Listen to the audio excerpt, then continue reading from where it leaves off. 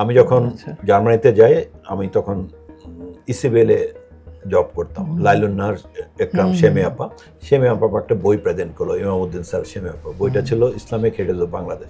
এটা নিয়ে আমি জার্মানিতে যাই পেয়েছি। তো যত লোক আসতো এই বইটার মধ্যে প্রচুর মসজিদ ছিল, ৬০ গম্বুজের ছবি ছিল, সবাইকে দেখাতাম আর কি, ১৪০০ সালের মসজিদ।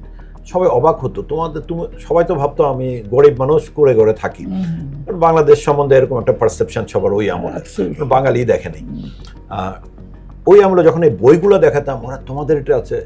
আইরিশ একটা ছেলে বলে আমার কিন্তু একটা 1800 সালে ওয়াল ছাড়া আমার কিছু নাই, আর তোমার এখানে 1600 সালের বিল্ডিং, 1800 সালে।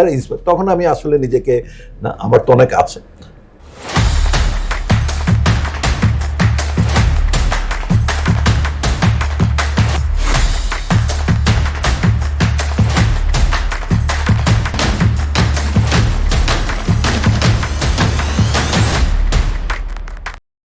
আসসালামু আলাইকুম সুধী দর্শকবৃন্দ, আজকে আমরা আমাদের আরেকটা এপিসোড নিয়ে আসলাম, building tomorrow with ideas powered by BTI.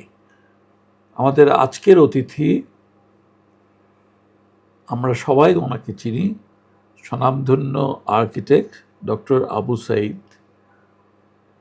Doctor Abu Sayeed, আপনাকে আমাদের এখানে পেয়ে আমরা অত্যন্ত খুশি এবং পুলকিত, এবং আপনার কাছ থেকে কম সময়ের ভিতরে আপনার বিষয় এবং সামগ্রিকভাবে দেশের ব্যাপারে আর্কিটেকচারের ভূমিকা এই সম্বন্ধে কিছু ছোট আলোচনা করব।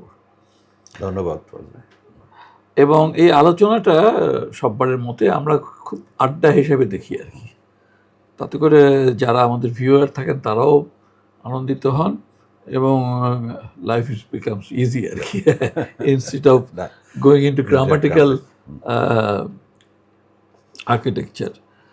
তো ডক্টর আবু সাঈদ 1983 সালে বুয়েট থেকে গ্র্যাজুয়েশন করেছেন এবং তারপরে উনি 1991 সালে মাস্টার অফ আর্কিটেকচার করেন জার্মানির কার্লসরুহে ইনস্টিটিউট অফ টেকনোলজি থেকে, এবং পিএইচডি করেন 1997 সালে একই ইউনিভার্সিটি থেকে, বোধহয় না? জি, ওকে।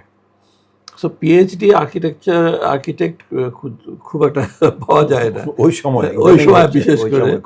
হ্যাঁ, কারণ অনেক সময় পিএইচডি করলে পরে দেখা যায় যে ন্যারো ডাউন হয়ে আসছে। তো ন্যারো ডাউন হওয়ার আবার একটা সুবিধা আছে, then you concentrate on a certain focused area. তো ডক্টর আহমেদ আর্কিটেকচারের হেড ছিলেন ইউনিভার্সিটি অফ এশিয়া প্যাসিফিকের, এবং ডিন ছিলেন স্কুল অফ এনভায়রনমেন্ট অ্যান্ড সায়েন্সের, এবং ছিলেন, এখনও আছেন, এখনও আছেন, এবং উনি ইনস্টিটিউট অফ আর্কিটেকচার প্রেসিডেন্ট, এবং আর্কাইশিয়া, যেটা আমাদের president of architects regional council Asia, সেটায় উনি ওই পদেও ছিলেন এবং এখন অ্যাডভাইজার হিসেবে আছেন ওখানে। So owner involvement in different architectural areas are very much.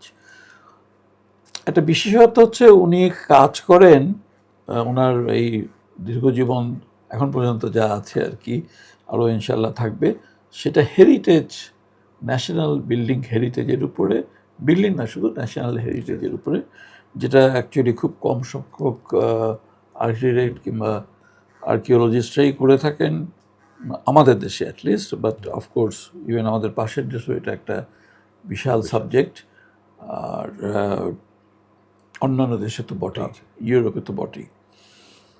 তো এই ব্যাপারে আমরা ওনার কাছ থেকে আরও শুনবো। উনি আমাদের কালচার, ক্লাইমেট এবং এই ক্লাইমেটের সঙ্গে সামঞ্জস্য রেখে আর্কিটেকচারাল ডিজাইন এবং হেরিটেজ কীভাবে মেনটেন করা যায় সেটা নিয়েও কাজ করেছেন। এই কাজগুলির ভিতরে উল্লেখযোগ্য কয়েকটা কাজের কথা একটু না বললেই নয়।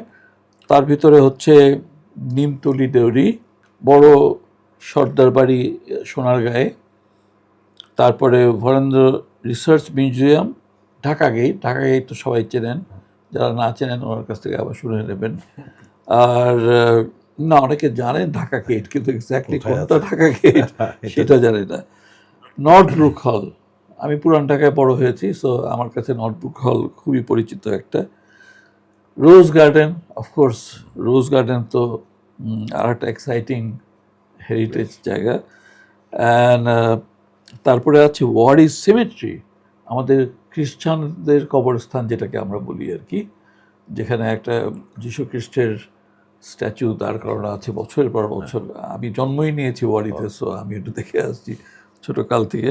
সো এটার সম্বন্ধে একটু ডিটেল ওনার কাছ থেকে শুনবো আজকে।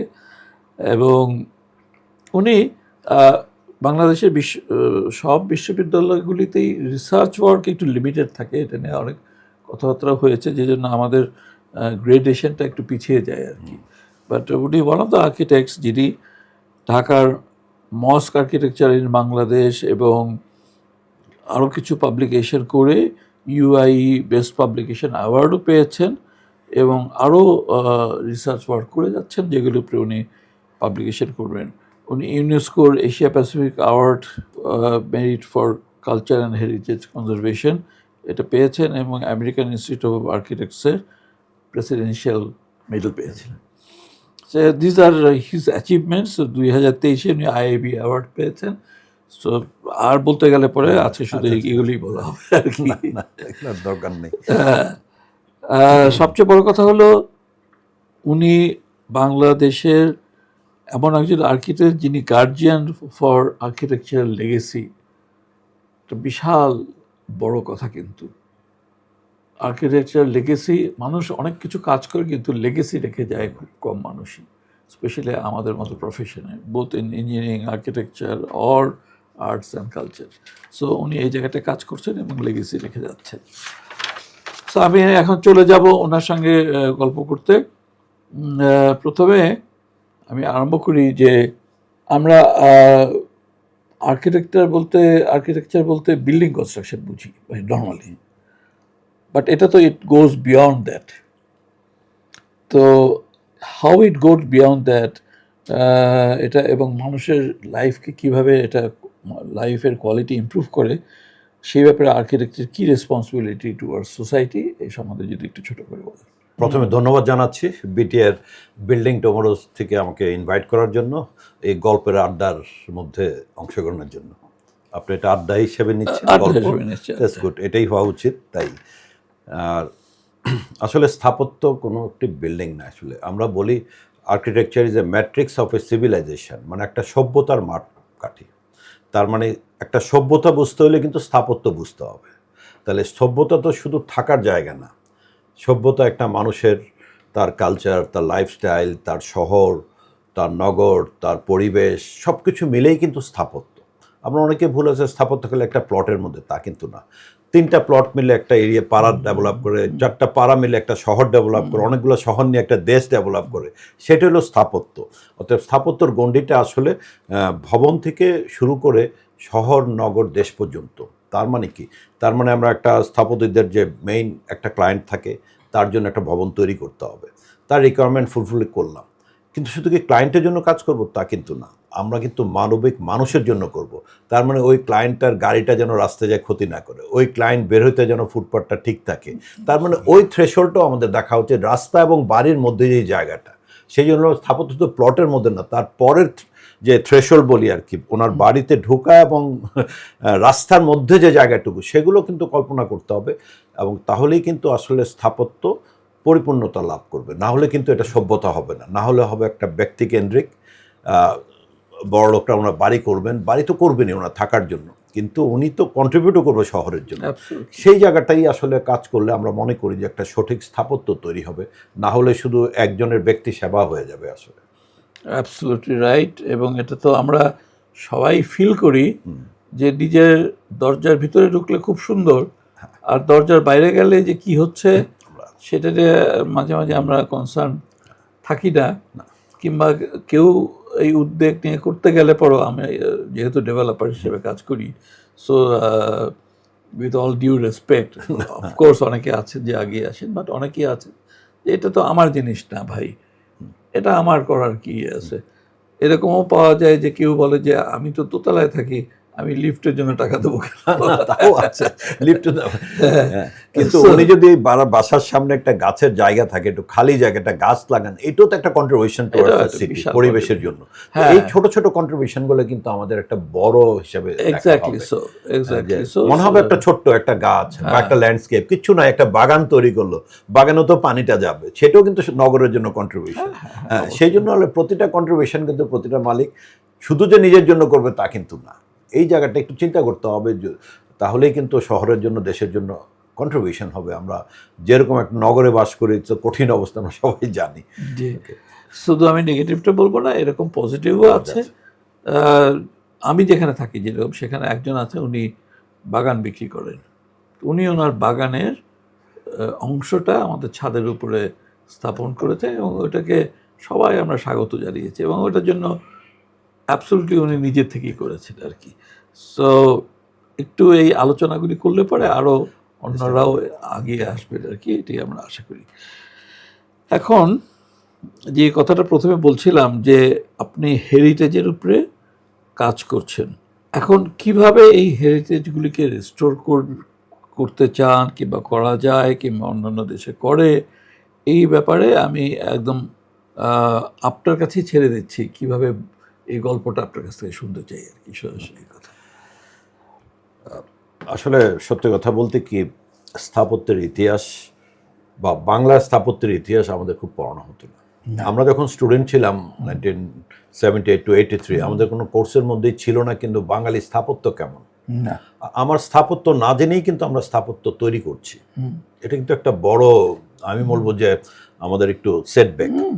এটা যদি জানতাম তাহলে কিন্তু আমার বাংলায় ইটটা কি হবে, আমার প্লাস্টারটা কি হবে আমি জানতাম, আমার ক্লাইমেটে কি হবে। আমার তো ইতিহাস তো একটা উইজডম, সেই উইজডমটাকে নিয়েই তো আমার মডার্নে ট্রান্সফার। আমি যদি ওই ব্রেকটা হয় তাহলে তো আসলে নতুনের সাথে পুরান তো একটা মিউজিয়াম পিস না, পুরান থেকে আমাদের জ্ঞান আরোহণ করতে পারবো, এই জ্ঞানটা নিয়ে আমি নতুন করব বা বর্তমান করব। তো সেই জায়গায় কিন্তু একটা বিশাল গ্যাপ ছিল। প্রথম হেরিটেজ নিয়ে কোর্স শুরু করে খুলনা ইউনিভার্সিটি, মানে বুয়েটের প্রায় 50 বছর পর একটা ইউনিভার্সিটি তৈরি হয়, তখন তারা বাংলার ঐতিহ্য নিয়ে পড়াশোনা শুরু করে। আচ্ছা, শুরু করার কারণে এখন আস্তে আস্তে গবেষণা হচ্ছে, প্রতিটা বিশ্ববিদ্যালয়ে এখন আসলে ইতিহাস নিয়ে কাজ হয়, কনজারভেশন কাজ হয়। তার মানে আমার পিএইচডি কিন্তু বাংলার ইতিহাস নিয়ে। তাই? হ্যাঁ, আমার পিএইচডি টপিকসে কিন্তু বাংলার স্থাপত্যের ইতিহাস নিয়ে, স্পেশালি একটা পিরিয়ডের উপরে সুলতানি পিরিয়ড, যেটাকে বলি আসলে আমাদের আদি বাঙালি স্থাপত্য। যদি বলি মোগল বাঙালি না, কলোনিয়াল বাঙালি না, আমাদের আদি বাঙালি স্থাপত্য হচ্ছে বুদ্ধিস্ট পিরিয়ড আর সুলতানি পিরিয়ড। তা আমি সুলতানি পিরিয়ড নিয়ে করার কারণে আসলে বাঙালি স্থাপত্যকে প্রতি দরদটা বাড়ে, যেহেতু এটা আমার এডুকেশন। গত 25 বছর চেষ্টা করে যাচ্ছে এই সবার মধ্যে এই অ্যাওয়ারনেস বিল্ডিং করা, সাংবাদিকদের মধ্যে, যে আসলে আমাদের হেরিটেজগুলো রাখতে হবে। আমার মধ্যে ভালো একটা, যেটা এখন এই মুভমেন্টটা খুব সাকসেসফুল, প্রতিটা ইউনিভার্সিটি এখন থিসিস করতেছে হেরিটেজ নিয়ে, মানে অনেকেই হেরিটেজ ইন্টারেস্টেড। সরকারও খুব স্লোলি, আমরা জানি এই সরকার ডিক্লেয়ার করেছে ক্রিয়েটিভ ইকোনমি। তার মানে ক্রিয়েটিভ এর মধ্যে আর্কিটেকচার আছে, হেরিটেজ আছে, এই ক্রিয়েটিভ জিনিসগুলোর মধ্যে ইকোনমিতে কন্ট্রিবিউট করবে এইভাবে সরকার। তাহলে এই জায়গাতেই কিন্তু আমার শুরুটা হয় জার্মানিতে। কিন্তু শুরুটা খুব ইন্টারেস্টিং, যেটা আসলে যে ইউরোপে থাকলে বা যে কোনো বিদেশে থাকলে তখনকার সময় কিন্তু বাঙালি খুব কম ছিল বিদেশে, মানে অল্প কয়েক বাঙালি। আর যেহেতু একাডেমিক এনভায়রনমেন্টে আমরা ছিলাম, যেহেতু ইউনিভার্সিটি হোস্টেলে থাকতাম, কিছু হলে অ্যাকচুয়ালি দুইটা প্রশ্ন ছিল। একটা, আমি মুসলমান, মুসলমান হলে মুসলমানের জিনিসগুলো কেনার প্রশ্ন তুলে, তুমি কতবার বিয়ে করতে পারবা, তোমরা তো করবার নিয়ে যুদ্ধ করে, এইসব নানা প্রশ্ন আসে। আর আরেকটা হলো, তোমার দেশে তো গরিব, ফ্লাড, কিচ্ছু নাই, তাহলে ওটাকে আমাকে বলতে হবে না আমি শুধু বন্যা দিয়ে আমার দেশ না, আমার দেশ তোমার দেশের থেকে আগে বড় লোক ছিলাম, আমাদের প্রাচ্যের রেঞ্জ। তাহলে আমাকে আস্তে আস্তে কিন্তু আমাকে দেওয়ালে পিঠ ঠেকে দিচ্ছে। একদম আমার হেরিটেজের দিকে পিঠ ঠেকালো, আরেক দিন হলো ধর্মের বিষয়ে পড়াশোনা শুরু করে, যেটা আবার দেশে এসে হয়তো ছেড়ে দিচ্ছি, কারণ তখন কথা বলতে হলে তো লাগবে। তাই বলে অ্যাকচুয়ালি এই তর্কগুলো বা ডিসকোর্সগুলো কিন্তু মানুষকে একদিকে ফোকাস করে। আমার পড়াশোনা এবং ওই ডিসকোর্সের কারণে আসলে দেশের হেরিটেজের প্রতি আকর্ষণ বাড়ে, এবং আকর্ষণ বাড়ার তো শুধু গবেষণার জন্য তো রাখতে হবে, প্রতিদিন তো ভেঙে ফেলছে, প্রতিদিন একটা একটা করে ভাঙছে, তা তো ওটাকে রক্ষা করার জন্য প্রজেক্ট। তো প্রথম আমি ব্যাক করার পরে 97-এ ব্যাক করি, অনেক দিন, প্রথম 5-7 বছর জাস্ট অ্যাক্টিভিজম করি আর কি, কোনো বিল্ডিং ভাঙলে যা আন্দোলন করি, পেপারদের করি, ডেলি স্টার একটা হেরিটেজ পেজ ডেডিকেট করে দেয় লেখার জন্য, মাহফুজুর রহমান সাহেব, এইভাবে আসলে অ্যাওয়ারনেস। তারপর দেখলাম এখন অ্যাক্টিভিজম, এখন কাজ করতে হবে, বিল্ডিং তো ভেঙে ফেলবে। তারপর 10 থেকে আসলে কাজ শুরু করি, আজকে প্রায় 16 বছর কাজ করে যাচ্ছি। তো এইভাবেই আসলে আমার কাজগুলো শুরু, কনজারভেশন রক্ষা করা আর কি, এই বিল্ডিংগুলো। আমাকে একটু জ্ঞান দান করেন, এই যে সুলতানাত পিরিয়ড যেটাকে বললেন আপনি, সেটার সঙ্গে এখনকার সামাজিক এবং স্থাপত্যিক পার্থক্যটা বিশেষভাবে কোন কোন জায়গায়, মানে কোন জিনিসটা ভালো কিংবা খারাপ ছিল যেটা এখন আছে কিংবা নাই? ভালো খারাপ তো আমি একটু স্পেসিফিক বললাম, বেশি ডাইরেক্ট হয়ে গেল। আচ্ছা, যাই হোক, ওর মধ্যে স্পেশালিটি কি ছিল? আমি মক্স নিয়ে কথা, মসজিদ নিয়ে কথাগুলো আমরা দেখি। ওকে, মসজিদের আর্কিটেকচার ডেফিনেশন আরবিয়ান কান্ট্রিতে একরকম, সুলতানি পিরিয়ডের ডেফিনেশনই বদলায় গেল। কি, যেমন আমাদের দেশে আমাদের একটা স্থাপত্য হয় একটা কনটেক্সটে, একটা ক্লাইমেটে। আমাদের ক্লাইমেট আর যেখানে মসজিদ শুরু হয় ওটার ক্লাইমেট ভিন্ন, ওটা ড্রাই ক্লাইমেট, ওদের কন্ট্যুরের মধ্যে তৈরি করে। আর আমাদের হলো ফ্ল্যাট ল্যান্ড, গাছ দিয়ে ভর্তি করা জায়গা। এরকম একটা দেশে তো মসজিদের মিনার করলে কেউ দেখবে না। আমাদের বাংলার, আমি যদি গ্রামের একটা সরু পথে হাঁটি, আপনি দূরে যত বড়ই একটা টাওয়ার করেন কেউ দেখবে না। তার মানে কি, সুলতানে আমরা এই জিনিসটা কনসিডার করে মিনার বাদ দিই। তার মানে আমার মসজিদে মিনার নাই, বাঙালি মসজিদে। এখন যারা কন্টেম্পোরারি, অনেকেই যারা অ্যাওয়ার্ড পাচ্ছেন, আপনি মেরিনা তাবসসুম থেকে অনেকে দেখবেন যে মিনারটাকে আর ওই সিম্বলিজম হিসাবে ইউজ করতেছে না। সবচেয়ে বড় এক্সাম্পল ধরো গুলশান সোসাইটির যে সিম্বলটা অন্য জিনিস, স্পিরিচুয়ালিটি আসবে, মিনার দিয়ে আসে না। ওইসব দেশে মিনারটা তৈরি করতো, লং ডিস্টেন্স থেকে লোকজন দেখে দেখে হেঁটে আসতো। আমার তো দেখবেই না, আর আমার তো লম্বা পথ হেঁটে নামাজ হয় না, কারণ বৃষ্টির দেশ।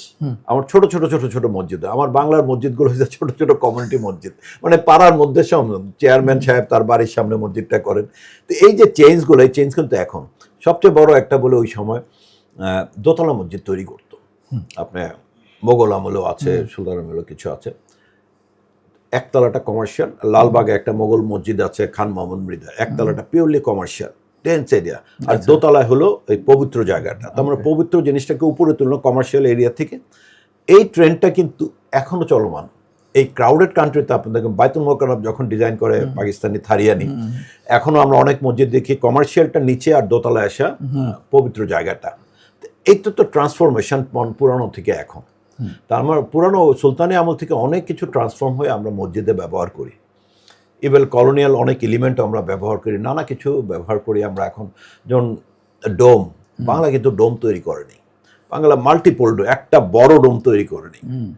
অথবা আমরা যে মোগল আর্কিটেকচার দেখি, তাজমহল তো বড় ডোমও নাই। দিল্লিতে যে জামে মসজিদগুলো 3টা বড় ডোম, একটা বড় একটা ছোট, আমাদের কিন্তু তা না, আমাদের সব ছোট ছোট ছোট ছোট ডোম। এই ডোমটা আসে কনস্ট্রাকশন সিস্টেম থেকে, ছোট জায়গায় কাভার করানো ছোট ডোম। এই যে ভিন্নতা, ছাদটা এরকম কার্ভ ছিল, তার মানে বর্ষাকালে পানিটা পড়ে পানিটা কুইক চলে যেত। ডোমের ব্যাপারটা আমি একটু বলি অ্যাজ এ ইঞ্জিনিয়ার থেকে, মানে স্ট্রাকচারাল, হ্যাঁ স্ট্রাকচারাল যে এটা আমার বোঝার মতে কিংবা জানার মতে, সেটা হচ্ছে যে যেহেতু অত বড় স্ল্যাব একসঙ্গে রাখা যেত না তখন, তো ডোম আবার is a arc structure, arc structure হলে পরে নিজের কম্প্রেশনে নিজেই থাকতে পারে। তো সেই জন্য ওই ছোট ছোট ডোম তৈরি করে বড় স্ল্যাবটাকে রাখতো, যত কম পিলার কিংবা কলম আমরা যেটাকে বলি দেওয়া যায় সেটা দিয়ে তখন তৈরি হতো। পরে ওইটাই ওই যে ট্রেন্ড হিসাবে চলে আসছে। Baitul Mukarram definitely is a breakthrough, এটা তো কোনো সন্দেহ নেই। এবং আমি এখনও বাইতুল মোকাররম মসজিদে কোনো সময় যাওয়ার সুযোগ হলে আমি অনেকক্ষণ ধরে বসে শুধু চিন্তা করি যে থারিয়ানি এটা ইন 60s এই চিন্তা করে যে এটাকে করেছে, এবং ওটার হাইট এবং ওটার কমফোর্ট অফ স্কেল সব কিছু মিলে এটা আসলে আমরা ওইভাবে প্রচার করতে পারি না। নাহলে কিন্তু এটা একটা মানে ট্যুরিস্ট স্পট হিসেবে দেখার মতো জায়গা। নট অনলি টুরিস্ট স্পট, এটা হচ্ছে মডার্ন আর্কিটেকচার, মসজিদের মডার্ন আর্কিটেকচার একটা পায়োনিয়ার আমাদের দেশে। ওই সময় আপনি চিন্তা করেন সেখানে কোনো মিনার নাই, এই মিনারটা কিন্তু নতুন করা, পরেরটা নতুন করা। এত বড় বিল্ডিং এ হাজার হাজার আর্টস নাই, ছোট্ট স্কেলে, আবার নিচের তলায় কমার্শিয়াল বেল্ট, ইসলামিক ফাউন্ডেশন, সবকে অ্যাকোমোডেট করে একটা বিশাল একটা জিনিস। তো এই যে ওনার চিন্তা ভাবনা ওই সময়, এটা সত্যি মানে আসলেই আমি মনে করি যে মস্ক আর্কিটেকচারের আমাদের এখন মডার্ন মসজিদের অনেক সারা দুনিয়াতে সুনাম আসতেছে, অ্যাকনোলেজমেন্ট আসছে, এটা কিন্তু শুরু সেই থারে নেই, এই বাইতুল মোকাররম দিয়ে শুরু করতে হবে। এই যে নওয়াবপুর থেকে সেন্ট্রাল অ্যাক্সিসাই সেটা দেখা যেত, মানে সিটি স্কেলেও কিন্তু এটার একটা বড় কন্ট্রিবিউশন ছিল, আরবান ডিজাইনও একটা বড় কন্ট্রিবিউশন ছিল। হাইটটা তো হাইটটা স্কেলটা আপনি অনেক দূর নওয়াবপুর থেকে আমি ওটাকে দেখে আসতে, মানে আরবান স্কেলেও যে একটা ফোকাস সেন্ট্রাল একটা জিনিসের প্রতি নানাভাবে মডার্ন আর্কিটেকচারকে উনি মসজিদের মধ্যে এইভাবে ইন্ট্রোডিউস করা কিন্তু ইটস এ রেয়ার। আমি মনে করি আমাদের এশিয়ান সাবকন্টিনেন্টে খুব আছে কি বলে আমার মনে হয় না। এই রুরাল এরিয়ায়, মানে গ্রাম এলাকায় কিংবা একটু মফস্বল এরিয়ায় মিনারটা নাকি এই জন্য দেওয়া হতো, তখন তো মাইক ঠ্যাক ছিল না, তো সেই জন্য ওই উপরে উঠে আজান দিলে পরে শব্দটা হয়তো মানে আরো ছড়িয়ে যেত আর কি, আজানের সময় হয়েছে। তো এই ব্যাপারটা এখন যে মিনার নাই, মিনার ছাড়া তখন কিভাবে এটাকে সলভ করবে? এখন তো টেকনোলজির যুগ, আমরা যে মাইকের কথা বলছি, মাইক কিন্তু গত 50 বছর বা 70 বছর, এটা কলোনিয়াল পিরিয়ডেও এই ধরনের মাইক ছিল না, তখন কিন্তু মাইক ছাড়াই মানুষ শুনতে পেত। আর আমাদের মসজিদগুলো আপনি এখন দেখবেন প্রতি ছোট ছোট এরিয়ার জন্য মসজিদ। ও স্যার, মানে ডিস্টেন্স কমে গেছে। এখন যদি আমি একটু জোরেও তো ছোট লোয়ার এন্ডেও যদি মাইক দিয়ে শুনি মানুষ শুনবে, বরঞ্চ মাইকটা যদি উপরে মিনারে যায় মানুষ কিন্তু শুনবে না, কারণ আমার গাছের লেভেলের আইদার উপরে নিতে হবে না নিচে আনতে হবে। অতএব মিনারটার প্রয়োজন নিতে না। মিনার যদি আমি গাছের থেকে উপরে করতে পারতাম তাহলে হয়তো মানুষ শুনতো, তো এত উপরে তো আর মিনার করে, মসজিদটা ছোট, মিনারটা তো 70 ফিট, এটা তো হয় না। তাহলে মিনার যদি 40-50 ফিট উঠি ট্র্যাডিশনাল মিনার, তাহলে তো গাছের জন্য আবার সাউন্ডটা ব্যারিয়ার হয়ে যাবে। তাই মিনারটা লো স্কেলে 30 ফিটের মধ্যে থাকলেই যে কোনো জায়গায় আজান দিতে পারলেই হয়। আর এখন তো মসজিদগুলো আর আগের মতো একতলা নাই, সবাই এখন একটু ভলিউমেট্রিক, বেশি লোক আসতেছে নামাজ পড়ার, দোতলা করছে, দোতলার হাইটটা গুড এনাফ, মাইক্রোফোন ছাদের মধ্যে দিলেই কিন্তু হয়ে যায়। দোতলা হাইট ইজ গুড এনাফ। এবং of course Dhaka is a city of mosque, ঢাকার জন্য তো ডেফিনেটলি এত মানে মাশাআল্লাহ আজান একসঙ্গে আরম্ভ হয় যে আজান শেষ হতেই সময় লেগে যায়, ওইটাও কন্ট্রোল করা দরকার আছে, ওটা একটাই হওয়ার দরকার একটা এরিয়াতে। তো এই মস্কের উপরে কি এখনো কাজ করছেন আপনি?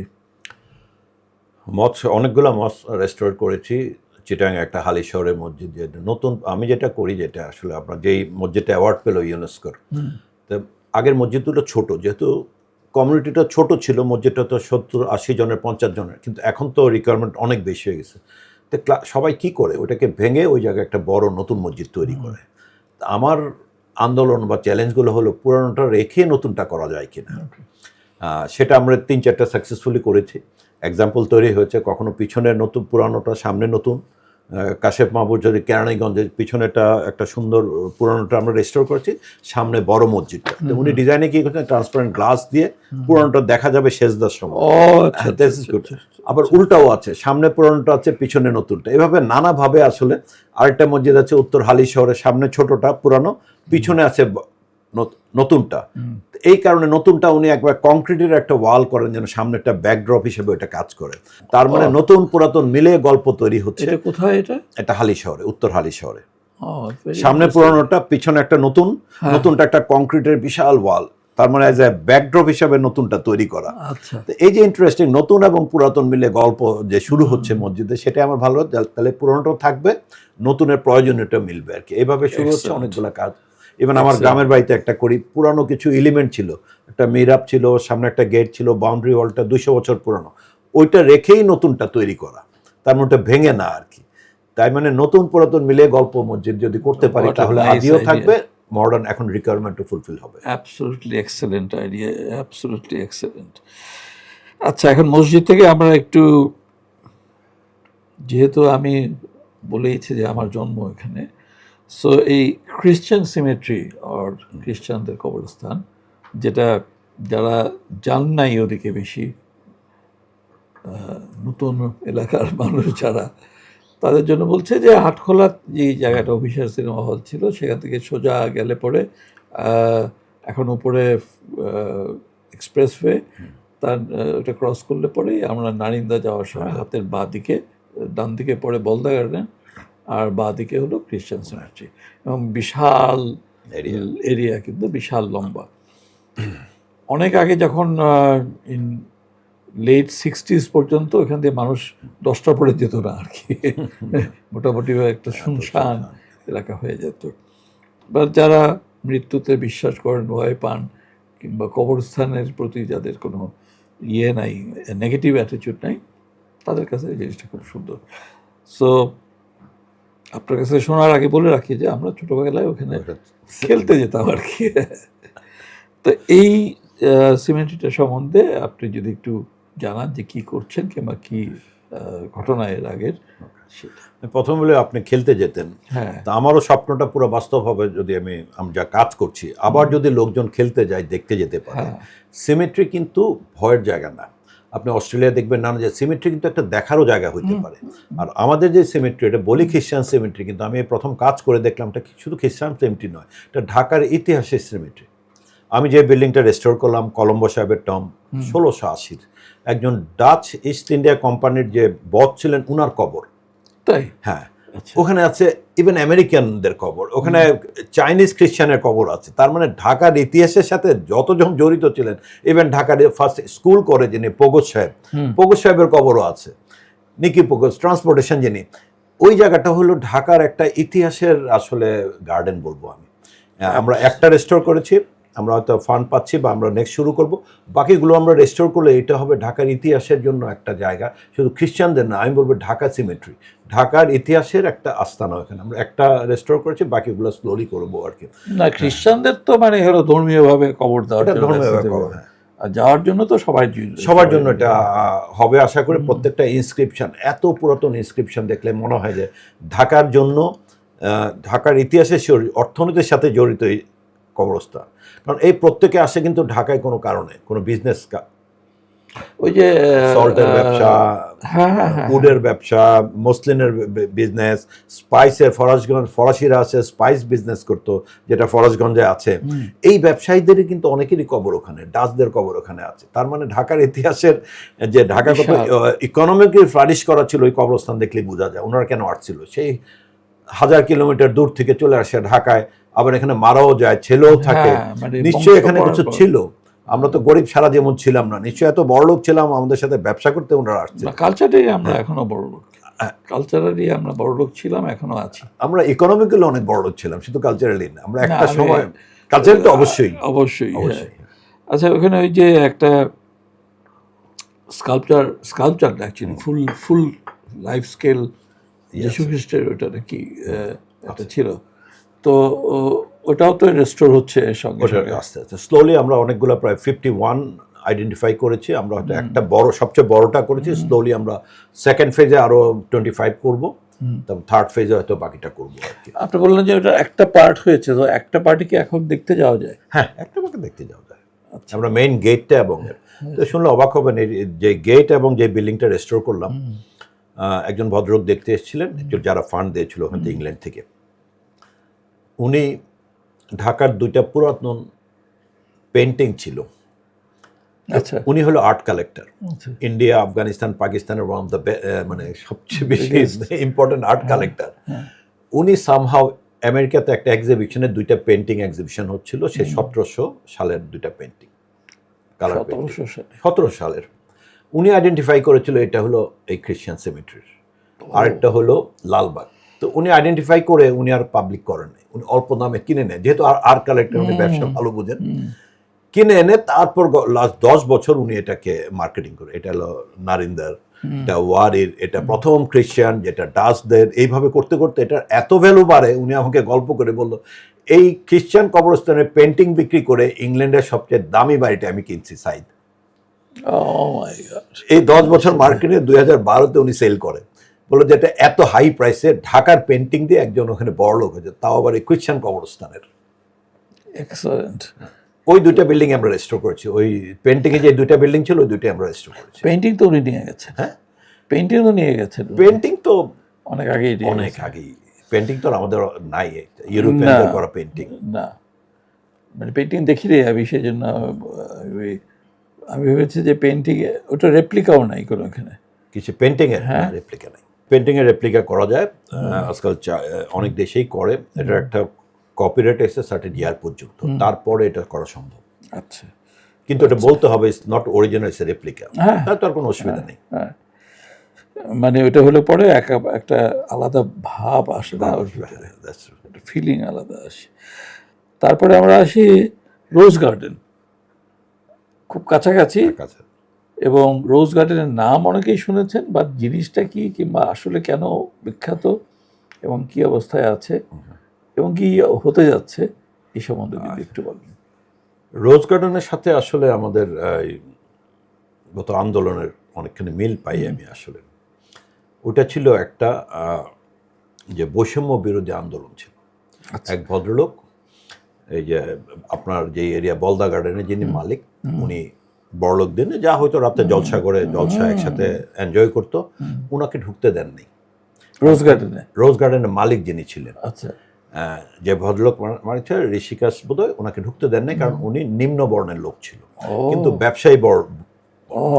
উনি ক্ষেপে যে একটা বাগান করলো, চারদিকে গোলাপ ফুল লাগালো আর কি, একটা একতলা বিল্ডিং বাগান করে উনি ওটার উপরে প্রতিবাদ ছিল, ওই বৈষম্যদের প্রতিবাদ ছিল, উনি একটা গার্ডেন তৈরি, বিশাল জায়গা কিনে উনি একটা বাগান বানায়, যেটা গোলাপ ফুল দিয়ে গার্ডেন, তার মধ্যে একটা সুন্দর প্রাসাদ করে, যেখানে রাতে সবাইকে দাওয়াত দেয়, ইনভাইট। কিন্তু আনফর্চুনেটলি উনি এত টাকা ইনভেস্ট করেছে সেই জিদের বসে, যে বৈষম্যর বসে, উনি একটা সময়টা ব্যাংক্রাফট হয়ে যায়, পরে বাড়িটা সেল করে দেয়। এরপর রশিদ মঞ্জিল নামে ওনারা কিনে ফেলেন 1939, ওনারা কিনে এটা দোতলা বানায়, এটাকে চেঞ্জ করে, পরে তো এটা একটা জমিদার বাড়ির মতোই একটা এরিয়া ছিল আর কি। কিন্তু বাড়িটা তৈরি করা ছিল একটা মানে কাস্ট সিস্টেমের এগেইনস্টে একটা প্রতিবাদ ছিল। অর্থাৎ রোজ গার্ডেনকে আমি একটা ভিন্নভাবে দেখবো, এটা একটা প্রতিবাদের বাড়ি আর কি। সাংঘাতিক একটা হিস্ট্রি, আমি নিজেও জানতাম না। বলদা গার্ডেন আমার বাসার পাশে, ওয়ার আই ওয়াজ বর্ন, একদম মানে ওই সঙ্গে লাগানো। অথচ বলদা রাজা যিনি ছিলেন, ওনার ভালোবাসার রিগার্ডিং নেচার, গাছ অ্যান্ড সব কিছু মিলিয়ে ঠেলে মানে আমি কল্পনা করতাম আর কি, যে এখানে নাচ হতো, এখানে বসতো, ওখানে আবার লেখাও আছে কিছু কিছু, পরে যখন রেজিস্টার করা হয়। বাট এখানে যে একটা বৈষম্যের গল্প আছে, এটা কিন্তু আমি না শুধু, আই এম শিওর আমাদের দর্শক অনেকেই এটা ফার্স্ট জানেন। আপনারা যারা শুনছেন, কাইন্ডলি একটু বলদা গার্ডেনটা ভিজিট করেন। এখনও সেই জায়গাটা, সেই পুকুরটা না, সেই ওয়াটার বডিটা, এবং যে জায়গায় সাংস্কৃতিক অনুষ্ঠান হতো এবং যে জায়গায় রাজা বসতেন, সবই দেখা যাবে। সেই সঙ্গে সঙ্গে পারলে রোজ গার্ডেনটাও গিয়ে কেন এরকম বৈষম্য হয়েছিল, ওই যে আপনি বললেন যে কাস্টের জন্য আর কি, কাস্ট সিস্টেমের জন্য, এবং জেদ করে মানুষ কত কিছু করতে পারে, অনেক কিছু। এটা বেস্ট প্রমাণ রোজ গার্ডেন। এটার প্রেস জেদ তো শুধু মানে রাস্তায় নেমে চিল্লাচিল্লি জেদ না, কাজ করে প্রমাণ করা আর কি, যে আমি করে দেখাবো। হয়তো উনি একটু বেশি করে ফেলেছেন, তারপরও ভেরি কমেন্ডেবল। ফর ঢাকা সিটির জন্য, ঢাকা সিটির জন্য ভেরি কমেন্ডেবল। তো এখন কি করা হয়, রোজ গার্ডেনটা এখন কিসে ইউজ হচ্ছে? এখন যারা কিনেছিলেন ওরা দোতলা করে ভাড়াতে, সবচেয়ে ইন্টারেস্টিং সেকেন্ড লেয়ারে যারা, ওনাদের প্রেস ছিল, ঢাকার সবচেয়ে বড় পাবলিকেশন হাউস ছিল, ওনারা ওটা করে দোতলা করে নানাভাবে। পাশে ওনারা তৈরি করে একটা বিশাল হল, যেখানে ঢাকার প্রথম সিনেমা শুটিং হয়েছিল, বেঙ্গল স্টুডিও স্টাবলিশ করেন। তার মানে রোজ গার্ডেনের সাথে অনেক ধরনের ইতিহাস। ঢাকার সিনেমার প্রথম বেঙ্গল স্টুডিও ওখানে, এই বেঙ্গল স্টুডিওতে প্রিজার্ভ করা হয়েছে, এখানে আবার নতুন করে হবে। আর রোজ গার্ডেনে যেটা গত সরকারের সময়টা কিনেছিল, একটা কন্ডিশন দিয়েছিল, এটা ব্যক্তি মালিক ছিল, যে আমরা যা ছিল ফার্নিচারগুলো রাখতে হবে। তাই অ্যাজ ইট ইজ যে ফার্নিচারগুলো ছিল আমরা ওইভাবেই ডিসপ্লে করা হচ্ছে। কিন্তু এই যে বেঙ্গল স্টুডিওটা হবে পাবলিক এক্সিবিশন, সাথে একটা ছোট্ট ভবন ছিল, ওটাতে আমরা নগর মিউজিয়াম করা হবে। এইভাবেই পুরো চত্বরটা এখন পাবলিকের জন্য। আগে যেটা হয়তো কোনো সোশ্যাল ইভেন্টে ভাড়া দেওয়া হতো, এটা হয়তো হবে না, কিন্তু কালচারাল ইভেন্টের জন্য এটা এখন ব্যবহার করা। কিন্তু এই যে আগে গায়ে হলুদ এবং বড়লোকদের বিয়ে শাদীর জন্য ইউজ করা, তো ওইটা এখন ওইটা আর করবেন না। কিন্তু ওরা এমনি ধরেন আপনি এক্সিবিশন করতে পারবেন, ইয়েটাতে আর্ট এক্সিবিশন করতে পারবেন, মানে কালচারাল অ্যাক্টিভিটিগুলো ওখানে সম্ভব আর কি। Excellent. So that's about rose garden. আপনি এখনো কাজ করছেন রোজ গার্ডেনের? রোজ গার্ডেন শেষ হয়ে গেছে, 1-1.5 বছর আগে। আচ্ছা, সো এখন ভিজিট করা যাবে? হ্যাঁ, এখন ভিজিট করা যায়, এখন জনগণের জন্য উন্মুক্ত। ওকে, ঠিক আছে, আমরা যাব রোজ গার্ডেন ভিজিট করতে, আপনার সঙ্গেই দিয়ে যাব। শেষ হয় নাই এখন, ওনার এত কাজ যে বলতে গেলে সারাদিনই চলে যাবে। নর্থব্রুক হল, নর্থব্রুক হল, আমি যেহেতু ওল্ড টাউনের ছেলে আগেই বলেছি, সো এটা আমার কাছে খুবই পরিচিত। ওখানে আমার দাদার আবার অনেক স্থাপনা সয় সম্পত্তি ছিল। তো দাদারা থাকতেন আগামসি লাইনে অ্যাকচুয়ালি, সো কাছাকাছি। Very near. আর তখন তো ঢাকা ওই পর্যন্তই ছিল আর কি। তো নর্থব্রুক হলে এই লালকুঠিতে আপনি কাজ করছেন বোধহয়, নাকি কাজ করেছেন? লালকুঠি সম্বন্ধে সবাইরই ধারণা আছে, কিন্তু অনেকেই অনেক কিছু জানেন না। একটু যদি শর্টে বলেন। লর্ড নর্থব্রুক যখন ঢাকা আসবেন, ওনাকে রিসিভ করার জন্য একটা টাউন হল বানিয়েছিল। কারণ ইউরোপে আছে কিছু টাউন হল যেখানে নগরের অতিথিকে চাবি দেওয়া হয়, নগরের চাবি, এই উদ্দেশ্যে এটা তৈরি করা হয়। অতএব নর্থব্রুক পরে যখন আসে উনি এটা ভিজিট করে, তাই ওনার নামে এটা ডেডিকেট করে। কিন্তু এখানে আপনি জানেন রবীন্দ্রনাথকে প্রথম ঢাকায় ওই ভবনে রিসিভ করা হয়। তাই ফার্স্ট রিসেপশন দেওয়া হয় নর্থব্রুক হলের ভিতরে রবীন্দ্রনাথকে। 1925-26-এ নোবেল প্রাইজ পাওয়ার পরে যখন আসলো, ওনাকে কিন্তু এখানেই রিসেপশন দেওয়া হয় বাংলায়, নর্থব্রুক হলের টাউন হলটা। তো ওইটা একটা এলাকার প্রয়োজনে ওটা একটা থিয়েটার হল হিসেবে কনভার্ট। এখন আমরা যখন রেস্টোর করি, আমাদের টার্গেট ছিল আদি ব্যবহারে নিয়ে যাওয়া। তার মানে টাউন হল হিসেবেই আমরা তৈরি করেছি আর কি, আবার ফ্ল্যাট করে যেন আবার এটা হতে পারে। তো ওইটা আলটিমেটলি একটা ঢাকা মিউজিয়াম হবে, ঢাকা কেন্দ্র হবে আলটিমেটলি আমরা যখন ইন্টেরিয়র করব। আর সবচেয়ে ইন্টারেস্টিং, পাশে ছোট একটা বিল্ডিং আছে যেটার নাম জনসন হল। জনসন হলটা ছিল ইস এ লাইব্রেরি, ঢাকার one of the oldest library. একটা ছিল ইয়েতে ইসলামপুর রোডে একটা আছে, আর একটা হলো এটা লাইব্রেরিতে এত পুরাতন বই আছে আপনি চিন্তা করতে পারবেন না। নর্থব্রুক হলটার তো অ্যাকচুয়ালি লক্ষ্মীবাজারের সে নদীর পাড়ে, হ্যাঁ। নদীর পাড়ে আপনার রূপলাল হাউসের একটু আগে। হ্যাঁ, রোডটার নামই নর্থব্রুক রোড, ওখানে নর্থব্রুক হল, পাশে লাইব্রেরি। এই দুইটা লাইব্রেরিটা আমরা চেষ্টা করবো রিভাইভ করতে। প্রায় 4000 বই আছে, যেই বইগুলো 100-150 বছর পুরাতন বই আছে, এখনো আছে বইগুলোকে আমরা আবার সুন্দর করে রেস্টোর করে লাইব্রেরিটা রিভাইভ করব। আর সবচেয়ে ইন্টারেস্টিং যেটা হয়েছে, আমরা এই দুইটা বিল্ডিং নিয়ে একটা প্লাজা তৈরি করেছি। এই প্লাজাটা এখন পুরনো ঢাকা, আদি ঢাকায় লোকজনের একটা মিলন কেন্দ্র হয়ে পরিণত হয়েছে। নদীর পাড়ে প্রচুর লোক বিকালে আসতেছে এনজয় করার জন্য প্লাজা। আমরা এটাই চেয়েছিলাম যে লোকদের একটা ব্রিদিং স্পেস তৈরি করে দেওয়া। আমরা শুধু বিল্ডিং রেস্টোর করি না, আমরা বিল্ডিংয়ের যে প্লেস মেকিংও করি, মানুষ এসে এখানে যেন এনজয় করে। নর্থব্রুক হলে যারা বিকালে এসে এনজয় করে তারা তো ওই আশেপাশের এলাকার লোকই মোস্টলি থেকেও, বিকজ আমরা যারা সো কল্ড নতুন ঢাকায় থাকি আর কি, কিংবা জানি না যে এরকম কিছু হয়। এরকমও আছে যে আমরা অনেকে আছে জানি না যে বাংলা নাটক এখনো ঢাকা শহরে দেখানো হয় আর কি, রেগুলার বেসিসে। সো আমি কাউকে ছোট করে বলছি না, আমি বলছি জানি না। সো এই যে নর্থব্রুক হলে যাওয়ার জন্য আপনার এখন তো বোধহয় ফ্লাইওভার দিয়ে কোন দিক দিয়ে যাওয়া যায় এখন ইংলিশ রোড দিয়ে আপনার বাহাদুর শাহ পার্ক থেকে কাছেই, বাহাদুর শাহ পার্ক পর্যন্ত যেতে হবে, যেটা সবাই চিনে, জজকোর্ট যেটা আর কি। ওই জায়গা থেকে খুব ওয়াকিং ডিস্টেন্স, বাংলা বাজারের পরেই, যেখানে পাশে বিউটি বোর্ডিং আছে, রূপলাল হাউস আছে, মঙ্গলালয় আছে, অনেকগুলো আছে ওই জায়গায়। বিউটি বোর্ডিং এর কথা যখন হঠাৎ আপনি বললেই ফেললেন, যদিও আমি এখানে নামের মধ্যে বলি, বিউটি বোর্ডিং এর রেস্টোরেশনও তো রেস্টোর করার মতো কি আছে কিছু, নাকি এখন অলরেডি রেস্টোর্ড? না, সবচেয়ে ভালো জিনিস যেটা, বিউটি বোর্ডিংটা ওয়েল প্রিজার্ভ। আমরা রেস্টোরেশনের একটা বলি, রেস্টোরেশন বিল্ডিংটা রেস্টোর করা মানে হলো বিল্ডিংটার লাইফটা প্রলং করা, মানে বিল্ডিংটা ভেঙে গেছিল ওই জায়গাগুলো ঠিক করা, সেটা না, শুধু লাইফটা প্রলং করলে ওটা জীবন দিতে হবে। Beauty boarding is the example যে বাংলাদেশে বেসরকারি উদ্যোগ ওটাকে ওনারা ব্যবহার করেন। ওটা দুপুরের খাওয়া, রাতের খাওয়া ফ্যান্টাস্টিক, সকালের খাওয়া, বিকালের নাস্তা, রিয়েল বাংলা খাওয়া। ওই চত্বরটায় সাহিত্যিকটা গল্প করতো, এই জিনিসটা কিন্তু ওরা এখনো কন্টিনিউ করছে। তার মানে ওই ফিলিংটা পাওয়া যায়, তার মানে ওদের কিন্তু একটু ইকোনমিক্যালি ওরা সাস্টেন করতে পারতেছে। অন্য বাড়িগুলা ইকোনমিক্যালি কেন একটা পুরানোতর বিল্ডিং পাবে? বিউটি বোর্ডের একটা বেস্ট এক্সাম্পল, ওটা অ্যাডাপটিভ রিইউজ, বা আগের ইউজটা নতুন করে তৈরি করা এবং ওটাকে ধরে রাখছে। সেই কারণে ওদের আর্নিংও হচ্ছে, বিল্ডিংটাকে রেখে দিচ্ছে। বিল্ডিংটা এখন কিন্তু নষ্ট হতে দেয় নাই মাঝে রং টং করে। আমরা হয়তো আরও প্রপার রেস্টোর করলে হয়তো আরও 100 বছর টিকবে, কিন্তু এখন ভালো আছে যেহেতু ব্যবহার হচ্ছে। ওটা কি ওই হোটেল হিসাবে রেসিডেন্সিয়াল, একটা রেসিডেন্সিয়াল আছে, উপরে রুমগুলো আছে রেসিডেন্সিয়াল। তো এগুলো যদি একটু আপগ্রেড করা যায় তাহলে হয়তো ফ্লোরগুলোকে একটু সুন্দর করা যায়, হয়তো মানে ভাঙা যেগুলো আছে রিপেয়ার করলে এটা বোধহয় ঢাকার একটা আকর্ষণীয় এক্সাম্পল, বাংলাদেশের জন্য এক্সাম্পল হয়ে থাকবে। একটু রিপেয়ারের মেনটেন্যান্সের দরকার আছে, ওনারা যা করেন ভালো করছেন, স্যালুট করি ওনাদের। তারপর আরেকটু করতে পারলে আরও অ্যাট্রাকটিভ হতো আর কি।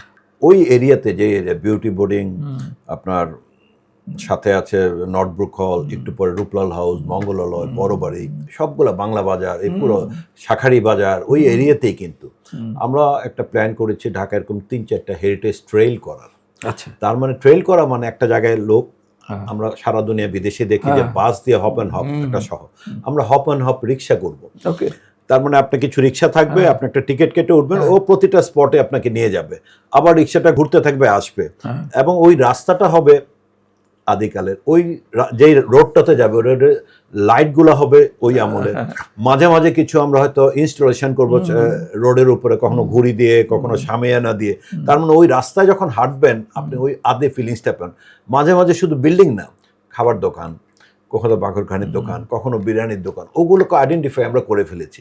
তার মানে ট্যুরিস্ট স্পেসিফিক দোকানগুলো যেগুলো হাইজেনিক ওয়েতে মেনটেন করে, এটা করতে পারলে না মানে বিল্ডিং রেশো করাচ্ছে, এটা করা বেশি গুরুত্বপূর্ণ।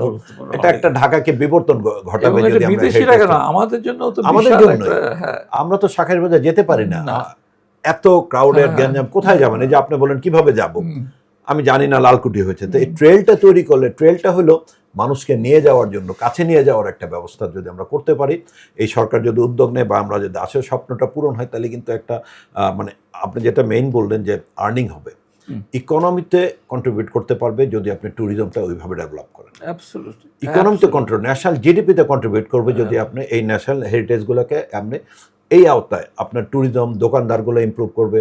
একটা শাখা এখন 200 টাকা সেল করলে তখন কিন্তু 500 টাকা সেল করতে পারবে, উনার আর্নিং উনি আবার ওইভাবেই রাখবেন। আমরা যেমন মুক্তাগাছা বা কুমিল্লার প্যারা ভান্ডারের কথা জানি, ওরা কিন্তু বিল্ডিং চাইলেই কিন্তু এখন একটা গ্লাস দেওয়ান মডার্ন বিল্ডিং করে না, কিন্তু ওইটাই রেখে দিচ্ছে, না হলে তো মিষ্টি সেল হবে না। তার মানে ব্যবসা দরকার, সাথে মানে ইকোনমি দরকার, তাহলে ওল্ড টাউনে ইকোনমি জেনারেট করে যাবে যে এরকম একটা ট্রেল করতে পারি। হোটেল আগান, বিকজ নতুন গভর্নমেন্ট আসার পর পার্টিকুলারলি এগুলিতে অনেক ইম্পর্টেন্স দিচ্ছে, এবং এটাকে মানে প্লেস করতে পারলে পরে একজন লিড দিলে পরেই বাকিরা আগিয়ে আসবে। খুবই আনন্দ পেলাম যে এরকম হতে যাচ্ছে। ঢাকা গেট, এটা তো গেলাম আমাদের ওল্ড টাউন, তার থেকে একটু নিউ টাউনে আসি এখন। ঢাকা গেটের অবস্থাটা অনেকেই জানেন না, ঢাকা গেট বলে জানে, কিন্তু আসলে কোথায় ঢাকা গেট? ওখান থেকে পাস করে কিন্তু 100 বার হয়তো। ঢাকা গেট কেন ঢাকা গেট হলো, এখন কি করছেন, এবং লোকেশনটা আমি বলবো না, আপনার কাছ থেকেই শুনতে চাই। গেট তো হয় একটা শহরের শুরুতে, তার মানে ঢাকা গেটের পিছনে ছিল মোগল শহর, এটা মোগলদের আমলে, মীর জুমরার আমলে তৈরি। মানে ঢাকা গেট পর্যন্ত, ঢাকা গেট থেকে শুরু হয়, ও ঢাকা গেট থেকে শুরু হয়ে নদীর একটু আগে শেষ হয়। প্রথম কারণ বাজার সেটেল করে মোগলরা, টঙ্গী ব্রিজ থেকে এসে কারণ বাজার সেটেল করে এখানে একটা মসজিদ বানায়, নদী পার হয়ে যখন যায় সরারদি উদ্যানের এখানে, তখনই ওরা শুরু হয় ঢাকার মোগল সাম্রাজ্য, Mughal capital city. Capital city ফার্স্টে ওনার গেটটা তৈরি করেন, মানে শহরে ঢোকার জন্য যে গেট, সেটা ছিল ঢাকা গেট।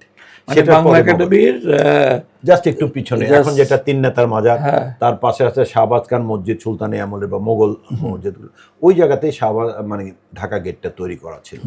আর আমরা যেটা একটু কাজ করি রেস্টোরেশন, আপনি যেটা মানুষ দেখে না, তো এটা তো একটা রাস্তার দুই পাশে তৈরি করা, আমরা এমনভাবে একটা আরবান প্ল্যানে আরবান ডিজাইন করি যেন ওই জায়গাটায় আসলে একটু জার্কিং হবে, রোডটাকে হাম্পের মতো তৈরি করে মানুষ যেন ডানে বায়ে তাকায়, এই গেটটা যেন আবার পাবলিক চোখের সামনে নিয়ে আসছি। এখন কিন্তু ওই রোডে যেই যাবে সে দেখবে, আগে কিন্তু হারিয়ে গিয়েছিল। এটাই আমাদের মেইন টার্গেট ছিল, বিল্ডিংটাকে রেস্টোর করা, গেটটাকে রেস্টোর, একই সাথে থ্রু আরবান ডিজাইন ইন্টারভেনশন আমরা এটাকে পাবলিক লেভেলে নিয়ে আসি। আর আরেকটা কাজ করি, এটা একটু ভ্যালুটা এনহ্যান্স করার জন্য, ঢাকায় 2টা কামান ছিল মীর জুমরার সময়। একটা কামান আমরা জানি কামরাঙ্গে চরে ডুবে গিয়েছিল, আরেকটা কামান চকবাজার ছিল, চকবাজার থেকে গুলিস্তানে ছিল, গুলিস্তান থেকে ওটা আবার ওসমানী মেমোরিয়ালে গেল, ওটা আবার লুকিয়ে ছিল, ওসমানী মেমোরিয়াল থেকে আমরা ঢাকা গেটের সামনে এনে আবার প্রতিস্থাপন করি। এখন কি এটা ঢাকা গেটে চলে আসছে। আচ্ছা, এটা আমরা ঢাকা গেট রেস্টোর করে ওই কামানটা আমরা ওই জায়গাটাতে নিয়ে আসি। ঢাকা গেটে আমি যদি শাহবাগ থেকে আসতে থাকি, তাহলে পরে হাতের বাঁ দিকে, শাহবাগ থেকে যদি আমরা ওল্ড টাউনের দিকে যাই তাহলে ডান দিকে, ডান বাম দুইটা মিলেই আসলে রাস্তার দুই পাশে। আমি বলছিলাম যে ওই পাশেরটা, মানে যেটা ইউনিভার্সিটির দিকে, ওই পাশেরটা অত প্রমিনেন্টলি দেখা যায় না, মানে এটা কি কোনো কারণ আছে না এরকমই ছিল? না না, ওটাই অরিজিনাল অংশটা। ওই পাশেরটা রাস্তার মধ্যে যেটা ছিল সেটা হলো একদম ও আদিটা। আচ্ছা আচ্ছা আচ্ছা আর আচ্ছা। বাম দিকে যেটা দেখি এটা আসলে আইয়ুব খান আমলে আবার নতুন করে রেস্টোর ও করছে। আচ্ছা রোডটা আচ্ছা, যখন আচ্ছা। বড় করে তখন হ্যাঁ। একটা অংশ ভেঙে আরেক পারে রিপ্লিকা তৈরি করে। ও তার মানে বাম আচ্ছা। দিকে একটা রিপ্লিকা চোখে পড়ে, ও ডান দিকে হারিয়ে যাওয়ারটা ছিল আর কি। আমি নিজেই জানতাম না, দেখেন। যে আমি সবসময় আমি খালি চিন্তা করি যে এটা বড়টা তো মানুষ বেশি আগে চোখে পড়বে, না, যে এটা এত অ্যাটমিক এনার্জি কমিশন উদ্বোধনের জন্য হ্যাঁ। আইয়ুব খানের সাথে রোডটাকে বড় করে, হ্যাঁ। বড় করে অর্ধেক ভেঙে আবার দূরে নিয়ে প্রতিস্থাপন করে। ওকে, সো এটার কাজ শেষ হয়ে গেছে এটা এখন। কাজ শেষ হয়ে গেছে 2 বছর আগে। সো আপনি তো একটা বললেন যে বাম করে, বাম পানি কি রাস্তা বা হাম্পের মতো হাম করছে? করে আর কি, একটু উঁচু করে দেওয়া, দুটাকে প্লাজার মতো লিংক করে দেওয়া আর কি, ওখানে কি যে কোনো কোনো, আসলেই যেন ডানে বায়ে দেখতে পাবে। মানে ঢাকা গেট হিসেবে খুব ছোট করে লেখা আছে কোথাও দেখেছি, বাট আর কোনোভাবে কি প্রমিনেন্স করা যায় না এটার? এখন কেউ যদি ওই জায়গায় যায় এখন চোখে পড়বে। পড়বে? হ্যাঁ, এখন চোখে পড়বে। আর আমরা যেটা করেছি চারদিকে একটু পাবলিক স্পেসের মতো কোর্টিয়ার্ড টোটিয়ার্ড আছে, তো লোকজন ওখানে বসে ওয়েট করে, রেস্ট নেয়। একটা প্লেস তৈরি হয়েছে আসলে ঢাকা ইউনিভার্সিটি স্টুডেন্টদের জন্য। ওরা ওখানে বসে গল্প করে, আড্ডা দেয়, একই সাথে পুরনো ইতিহাসটাও ধারণ করে। ওখানে কি কোনো ওই ইতিহাসের প্ল্যাকার্ড আছে? আচ্ছা, আচ্ছা। আর কামানটা কোন দিকে পড়েছে? ওই নতুন ওই যে পুরানটার সামনে রেখে, পুরানটার পুরানটার সামনে। আপনি তো অনেক কাজ করেছেন ভাই, মানে রিয়েলি রিয়েলি নিজেও এত আপনার সঙ্গে এত দিনের বন্ধুত্ব, কিন্তু আমি নিজেও জানতাম না যে এই কাজগুলি করা হয়েছে। সময় অফুরন্ত হলে পরেও তারপরেও একটু শর্ট করতে হয় আর কি। তো লালবাগ ফোর্টটা একটু আসি। লালবাগ ফোর্টটা তো অ্যাকচুয়ালি 1963-তে এটা রেস্টোর করা হয়। এটা যখন মোগলরা চলে যাওয়ার পরে ব্রিটিশদের সময় ব্রিটিশরা এটা একটা আর্মি ক্যান্টনমেন্ট বানিয়েছিল। ক্যান্টনমেন্ট বানানোর কারণে অনেক বিল্ডিং চেঞ্জ করে ফেলে। ওই চেঞ্জটা আবার 1963-4-এর দিকে পাকিস্তান আমলে ওটাকে আবার আদি আদলে ব্যাক করে। তার অনেক বছর হয়ে গেছে, আসলে আর কাজ হয়নি। মেইন যে বিল্ডিংটা যেখানে শায়েস্তা এসে লালবাগ ফোর্টটা তৈরি করতো, উনি একটা দরবার হল ছিল, মানুষের সাথে দেওয়ানি আম ছিল, পাবলিকের সাথে বসার জন্য অডিয়েন্স হল। উনি যেহেতু নৌকায় থাকতেন, উনি একটা গোসলখানা বানিয়েছেন, নাম হাম্মাম। আচ্ছা তার ওই অডিয়েন্স হলের সাথে একটা হাম্মাম খানা ছিল।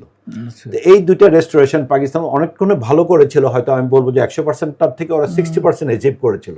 আমরা যেটা করি বাকি 80-90% যে ভুলগুলো ছিল ওগুলোকে আমরা রেস্টোর করি। মানে হাম্মাম মানে পাকিস্তান যেটা করেছে, একটা যেখানে গোসল করতো নবাবরা বা রাজা, তার পাশে বিশাল জানলা দিয়ে দিয়েছে। আসলে জানলা হলে তো আর গোসল করা সম্ভব না, কিন্তু আদি অবস্থায় ছিল উপর থেকে লাইট আসতো, এমন ভাবে লাইটটা আসতো যেখানে গোসল করবে তার উপরে সানরেটা পড়বে দুপুর 12টার সময়।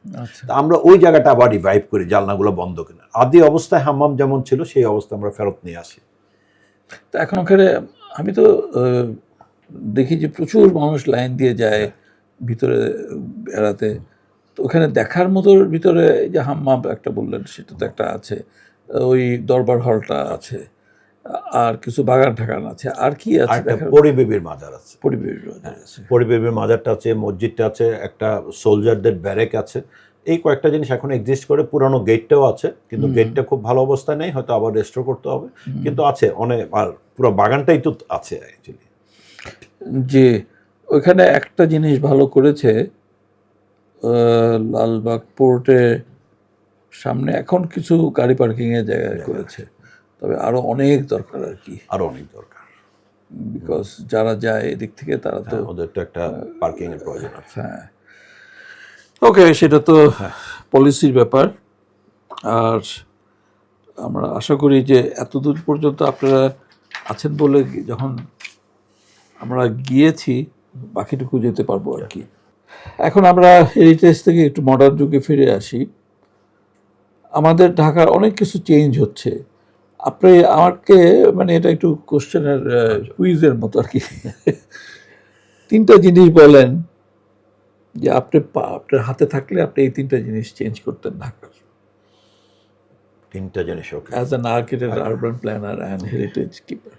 নাম্বার 1, ঢাকার আসলে সবুজ ঢাকাকে আমি কনভার্ট করেছি, সবুজ ঢাকা রেস্টোর করা। সবুজ ঢাকা মানে প্রতিটা প্লটের সামনে যে একটা গাছ থাকে, ইভেন আইল্যান্ডগুলোতে যে গাছগুলা আপনার রাজশাহীকে গ্রিন সিটি বলা হয় জাস্ট ফর মেনটেনেন্স। আমার ঢাকায় অনেক গাছ আছে, কিন্তু প্রচুর পানি দিয়ে গাছগুলো কেমন, ঢাকার যদি শুধু ডাস্টগুলো সরায় ফেলেন তাহলেই কিন্তু ঢাকা সবুজ ঢাকা আবার ব্যাক করবে। রাস্তার আইল্যান্ডের পাশে দেখবেন যে প্রচণ্ড ধুলা, আপনি ইভেন আমরা যদি ফ্লাইওভার এক্সপ্রেসের দুই পাশে ধুলা পড়ি, এই ধুলাটা যদি ক্লিন করি, ছোট্ট একটা মেনটেনেন্স যদি করি, গাছগুলোকে সবুজ করি, ধুলাটা, ঢাকার চেহারা কিন্তু পরিবর্তন হয়ে যাবে, পরিবেশও পরিবর্তন হয়ে যাবে। এটা খুব ইমিডিয়েট করা দরকার আর কি, সেটা মনে করি ঢাকার নাম্বার 1 একটা যদি করি। আর দ্বিতীয়ত সবাই ঢাকাকে নিয়ে বলি, এই সরকারও খুব উদ্যোগ নিচ্ছে ঢাকার ট্রাফিক ইমপ্রুভমেন্টের জন্য। ট্রাফিক ইমপ্রুভমেন্ট ফাইন, এক্সপ্রেসওয়ে করছে, গাড়ি উপরে যায়, ওটাকে আরও হয়তো করবে, মেট্রো করলে অনেক জনগণ যাবে। কিন্তু একটা বড় গোষ্ঠী যেটা আসলে 50 to 60% লোক কিন্তু পায়ে হেঁটে চলে, এদের দিকে আমরা নজর দিচ্ছি না। ফাইন, আমরা যখন গাড়ি উপর দিয়ে যাবে, মেট্রোতে চলবে, রাস্তা অনেকখানি ক্লিয়ার হবে, জাম কমবে, কিন্তু যারা হেঁটে যায় তাদের তো জাম না, তাদের দরকার কি, তাদের ফুটপাথটা পরিষ্কার করতে হবে, ফুটপাথটা ক্লিন করতে হবে। এখন তো ফুটপাথের যে ডিজাইন, এটা আসলে কোনো ডিজাইন না, একটু যাবেন, আবার লাফ দিয়ে পড়বেন, আবার উঠবেন, তারপর অর্ধেক ফুটপাথ ভাঙা। কেন একটা বিউটিফুল ফুটপাথ করা ঢাকা, একটু হোয়াইট ফুটপাথ যদি করি তাহলে কিন্তু ঢাকার, তার মানে সবুজ রাখতে ফুটপাথ দিলে এই 60% জনগণের দিকে কিন্তু কেউ নজর দিচ্ছে না। এদের একটাই জায়গা ফুটপাথ, এই 6 ফিটের ফুটপাথটা অ্যাটলিস্ট 8 ফিট করলে, 9 ফিট করলে হকাররাও গায়ে পৌঁছবে না। এখন যেন হকার উচ্ছেদের পর গায়ে, হকারদেরও জায়গা দিতে হবে ইনফর্মাল সেক্টরে, মানুষ হাঁটারও জায়গা দিতে হবে, গাড়িও দিতে হবে। এখন তো একটার উপর একটা পড়ে, হকার পরে মানুষ, হাঁটার উপরে মানুষ পরে, ইয়ের উপরে, তিনটাকে আলাদা লেন করে যদি দিতে পারে, ওই বড় পরিকল্পনা সরকার নিচ্ছে, ওটা নিয়ে আমরা যাব না। এই ছোট ইন্টারভেনশন যদি করে তাহলে কিন্তু উপকার হবে। এই 2 নাম্বারটা এটা। আর আরেকটা কথা বললেন 3 নাম্বার, আমি তো ঐতিহ্য, আপনার আদি ঢাকাকে ফেরত আনতে হবে আর কি, বুড়িগঙ্গার পাড়টাকে রেস্টোর করতে হবে, বুড়িগঙ্গার পানিটাকে ঠিক করতে হবে। তাও এই 3টেই আমার করলেই দেখবেন যে ঢাকা অনেক পরিবর্তন হয়ে যায়। ব্লু নেটওয়ার্ক তৈরি করতে হবে, দ্যাটস অল। 3টা বললে তার ভিতরে পরের 2টা সবচেয়ে ডিফিকাল্ট আমার কাছে মনে হয়, কিন্তু উদ্যোগ হলে কোরিয়াতে একটা এক্সপ্রেসওয়েকে ভেঙে আবার ওয়াটার ক্যানেল তৈরি করছে। তাই? হ্যাঁ, একটা এক্সপ্রেসওয়ে বানিয়েছিল, ওটাতে আসলে ট্রাফিকও সলভ হয় না, আলটিমেটলি যে একটা পুরোনো খাল ছিল, ঢাকা শহরে যত রাস্তা এগুলো কিন্তু খালের উপরে, খালের উপর রাস্তা কত সহজ, জায়গা একর করতে হয় না, টাকার দরকার না, সব খাল। তো রাস্তাগুলোকে আবার অনেক এক্সাম্পল আছে দুনিয়াতে, যে আদি যে খালগুলোকে চিকন করে ক্যানেল তৈরি করেন, আবার গাড়িও যাবে, উপর দিয়ে যাবে, নিচে দিয়ে, সব লেভেলে ওয়াটার ওয়েটাকে আবার রিভাইভ করা, এটা কিন্তু খুব ইজি। আপনি যে ধুলাইখাল তো জানছেন, আমাদের স্টুডেন্টদের প্রজেক্ট করা আছে, একটা ধুলাইখাল পানিও থাকবে, গাড়িও থাকবে, সম্ভব এই জায়গাতে, বিল্ডিং না ভেঙে। অতএব এই উদ্যোগটা নিলে, আচ্ছা, হাতের জেলকে কখনো আমরা চিন্তা করতে পারছি যে এই শহরে হাতের জেল তো একটা রিটেনশন পয়েন্ট, এটা দখল হয়ে যাচ্ছিল, আমরা তো করে ফেলতে পারছি। জাস্ট আপনার চাওয়াটা, জায়গা আছে, সরকার যদি চায় ব্লু নেটওয়ার্ক তৈরি করব, আমি সেই হাজারিবাগ থেকে গুলশান পর্যন্ত নৌকায় চলে আসতে পারবো পান্থপথের উপর দিয়ে। আমি যদি চাই ধোলাই খাল থেকে আসতে পারবো বেগুনবাড়ি খাল, বুড়িগঙ্গা, সম্ভব। ট্রু। না, আমি এই কারণে বলেছি যে সেকেন্ডটা থার্ডটা আমাদের ঢাকাবাসীরা, আমি সহ বলছি আর কি, আমাদের অভ্যাস এখনো কিন্তু ওই পর্যায়ে রয়ে গেছে যে আপনি ইম্পোজ এবং শাসন না করলে আমরা ওটার বাইরে চলে যাই। শুনতে খারাপ লাগবে, অনেকে হয়তো রাগ হবে। ঠিকই আছে না, আপনি এই যে বললেন যে ফুটপাথও থাকবে, দোকানও থাকবে রাস্তার, কিন্তু ফুটপাথের উপরে দোকান চলে আসবে না, রাস্তার লোকও ফুটপাথের উপরে দাঁড়িয়ে দোকানদারি করবে না, অল দিস থিং। এটা তো এই যে রিসেন্ট কয়েকদিন আগেও যে চেষ্টা করা হলো, চেষ্টা করে রাস্তা ছোট করে আবার ওই এক মিলমিশ করে আর কি, আর কে ঝগড়া করবে সারাদিন ধরে গেলে, পুলিশিং করে এটা করা সম্ভব না। এটা পুলিশিং করে সম্ভব না, এটা মানুষের অ্যাওয়ারনেস ক্যাম্পিং। আর আরেকটা যেটা আরবান ডিজাইন করে অনেক আরবান ডিজাইন সম্ভব, প্রপারলি জায়গা দিতে হবে। ওদের তো জায়গা নাই, ওরা তো আস্তে আস্তে রাস্তায় আসবেই, ওকেও জায়গায় দিতে হবে, হাঁটার জায়গাটাকে আলাদা করতে হবে। এই প্রপার ডিজাইন করে করলে কিন্তু 3টে জায়গা আলাদা। আপনি খেয়াল করছেন কেন, আমি কারণ বাজার সবসময় যাই, যখন মেট্রো হতো কখনো ট্রাফিক জ্যাম পাইনি। রাস্তা কিন্তু মেট্রোর কারণে রাস্তাটা টিন দিয়ে ঘেরাও করা, চিকন, মানে একটা সিস্টেমের প্রতিটা গাড়ি চলে যাচ্ছে। আমরা তো সিস্টেম মানে না আপনাদের, এখন তো কি হয়, গাড়ি 4টা যায়, একটা সামনে একটা থাকে, গাড়ির স্পিড না, ওইটা তো বললাম যে শাসন করে বুঝাতে হবে। আপনার যে বড় রোডটা, যেখানে আমরা প্রগতি বাড্ডার যে রোডটা, জাস্ট বাসগুলা কোনো আইন মানে না বলে রোডে এত wide road, 3 lane road, 4 lane road, কিন্তু জ্যাম আছে, কেউ আইন মানে না। তাই আইন মানতে হবে। আমাদের কিন্তু এনাফ রোড আছে, আপনি যেটা বলছেন রাইটফুলি, আইন মানতে হবে, আইনের জন্য যত কড়াকড়ি দরকার করতে হবে। এই জন্য বলছি যে শাসন করে সবসময় যে ফিজিক্যাল কিংবা টাকা পয়সার ফাইন করে হয় সেটা না, কতগুলি আছে যেগুলি টেকনোলজি দিয়ে করতে হবে। এই এআই এর এই যে রিসেন্ট ইন্ট্রোডাকশনটা ট্রাফিক পুলিশের অনেক চেঞ্জ ইয়েও বলেছে সেদিন, হেডও বলেছে যে হ্যাঁ এটা অনেক চেঞ্জ আসছে। সো এরকমই কিছু ওই ফুটপাথ করতে হবে, আইন মতো নিয়ে আসতে হবে। বড় আইন দরকার আছে, আইনের শাসন ছাড়া হয় না আমাদের। আইনটা অভ্যাস করাতে হবে, অভ্যাস হয়ে গেলে তারপর মানুষ হয়। এখন তো মানুষ আইন ভাঙাটাই অভ্যাসে পরিণত হয়েছে। ওই সিঙ্গাপুরের এক্সাম্পল সবাই দেয়। হ্যাঁ, আমি তো কাজ করেছি 1981-এ সিঙ্গাপুরে।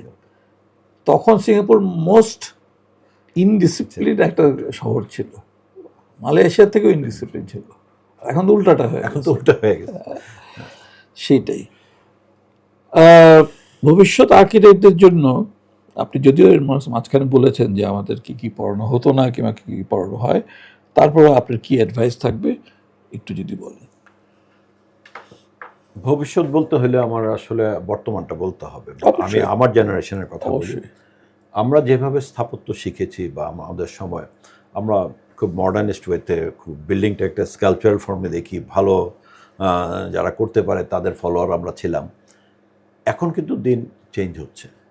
এখন হলো মানুষ আসলে মানুষের জন্য যে স্থাপত্য, যেটা পরিবেশের জন্য যে স্থাপত্য, তার দিকে কিন্তু নজর, sustainable architecture, environmental friendly, ecological architecture দিকে, এসডিজি গোল, এদিকে যাচ্ছে। তার মানে মানুষ আমাদের বেসিক ইয়ের থেকে অনেকখানি সরে আসতেছে। আদিকালে ছিল, মাঝে হারিয়ে গিয়েছিল স্থাপত্য। অথবা এখন ছেলেদেরকে এই ডিরেকশনে যেতেই হবে। কিন্তু এখন যেতে ছেলেরা যেটা ভয় পাচ্ছে ইদানিং, আমি যেটা আমরা হাত দিয়ে ড্রয়িং করতাম, তার মানে হাতের ড্রয়িংটা আর মাথাটা একসাথে কাজ করত। তারপর একটা ফেজ যখন মাউসটা হলো মাথা আর হাত আর মাথায়, আর মাউস আর মাথায় কাজটা, এই কোঅর্ডিনেশনটা আমাদের জেনারেশনটা কম্পিউটার হবে না, হাতেই আঁকতে হবে। কিন্তু এখন সময় আছে আরেক স্টেপ আগানো, এআই। অ্যান্ড এই এআইটাকে ব্যবহার করতে হবে, আসলে এআইটাকে আমাদের কন্ট্রোলে আনতে হবে। এআই দিয়ে ডিজাইন করে দিবে, কিন্তু সেই একটা মানবিক এআই হইতে হবে। এআইটাকে প্রপারলি ব্যবহার করতে হবে নতুন জেনারেশন। এটা দিয়ে জাস্ট কুইক করে ফেললেই হবে না। তার মানে নতুন জেনারেশনের যেই জায়গাটা ধরতে, ওরা অনেস্ট হইতে হবে সব জিনিসের উপরে। অনেস্ট ফর নিজের কাছে, অনেস্ট ফর ক্লায়েন্ট। আমি একটা ক্লায়েন্টকে ডেলিভারেজ দেখছি 50% ড্রয়িং দিয়ে এআই থেকে ডাউনলোড করে দিয়ে দিলাম, এটা তো অনেস্টি হবে না। অনেস্টি হবে প্রপার যা প্রয়োজন অনুযায়ী করে দেওয়া। এই অনেস্টি সবার জন্য, ক্লায়েন্টের জন্য, নিজের কাছে, দেশের কাছে অনেস্ট হইতে হবে। অনেস্ট মানে এই না যে পয়সা করে দিয়েই যে অনেস্টি, তা কিন্তু না। আমার প্রফেশনাল লেভেলও প্রফেশনাল অনেস্টির দিকে যেন যায় সবাই। আজকাল এর থেকে দূরে সরে যাচ্ছে, অল্প কাজে বেশি টাকা পাওয়া অন্যদিকে চলে যাচ্ছে। সেটা কিন্তু প্রফেশনকে ডিজাস্টার করবে। এটা কিন্তু আপনাদের হাতেই, মানে আপনার না, শুধু আমাদের হাতেও। আমি যারা ইনস্টিটিউট এবং বিজনেসের সঙ্গে একসঙ্গে জড়িত আছি, এবং পার্টিকুলারলি যারা এডুকেশনাল একাডেমির সঙ্গে, কারণ এআই কিন্তু ওই যে আমরা সিনেমায় দেখি না যে এআই কন্ট্রোল করে নিয়েছে সব, ওই দিন কিন্তু চলে আসবে একদিন, আসবে, অলরেডি চলে আসার কাছাকাছি আর কি। ক্লায়েন্টই এখন এআই রে বলে যে আমি একটা বাড়ি বানাতে চাই, দোতলা হবে, এইভাবে এইভাবে, তারপরে এআই একদম ডিজাইন নিয়ে আসে, এবং ক্লায়েন্ট এনে আমাকে ওই ডিজাইন দেখাচ্ছে যে এই ধরনের বাড়ি আমি চাই। হবে না কেন, হবে না কেন, আবার বলে যে হবে না কেন, এই ধরনের বাড়ি। এখন তো আমি খুবই স্পষ্ট বুঝতে পারি যে সে এটা কোথা থেকে আসছে, খুবই কম সময়ের ভিতরে আনছে। এটা একটা নন প্রফেশনাল লোক কেন, প্রফেশনাল লোকেরও ওইভাবে আসার কথা না, এত কুইক আসার কথা না। এখন সিমিলারলি ডাক্তাররাও বলে মাঝে মাঝে যে যখন পেশেন্টের ওষুধ লিখতে থাকে, এরকম ওষুধের নামটা দেখে আস্তে আস্তে দেখে ফেলে, হ্যাঁ দেখে ওইটা লেখে যে এই ওষুধ কিসের জন্য, তারপরে ওখান থেকে একদম পুরা নিয়ে বলে যে ডাক্তার সাহেব আমার তো এরকম নাই, অ্যাকচুয়ালি আমার মনে হয় এই দরকার নেই। তো ডাক্তার ইজ ভেরি আপসেট। হ্যাঁ, অনেক ডাক্তার আছে মোবাইল ফোন হাতে নিতে দেয় না। তো যাই হোক, এইভাবে তো কন্ট্রোল হবে না।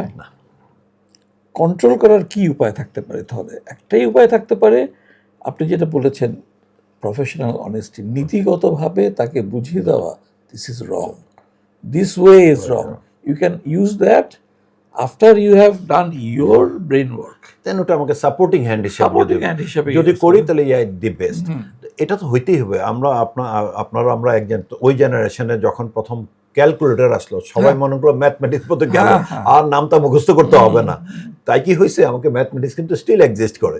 ক্যালকুলেটরতে যখন কম্পিউটার আসলো সবাই তো মনে হচ্ছে কম্পিউটার মধ্যে সব নিয়ে গেল, আমার তো আর কাজ থাকলো না, ওখানে আমার স্পেলিং চেক করে সবই করে, কিন্তু ইংলিশটা তো আমাকেই লিখতে হয়, অঙ্কটা তো ডাটাটা আমাকেই এন্ট্রি করতে। অতএব এটা কিছুদিন থাকবে, নতুন অবস্থায় ওরা ওভার পাওয়ারিং হবে, কিন্তু একটা সময় আমাদেরকে কন্ট্রোল করতে হবে। Very well said, very well said. মানে লিটারালি আসার কথা না, শুধু মানে প্র্যাকটিসের কথা। এই জিনিস আপনাকে আমাকে সবাইকেই বলতে হবে আর কি। কোন আর্কিটেক্টটা আপনার কাজের ভিতরে এবং রিসার্চের ভিতরে এবং বইয়ের এই যে publishing and all this thing সবচেয়ে বেশি ইন্সপায়ার করেছে? মানে আর্কিটেকচার কোন বই?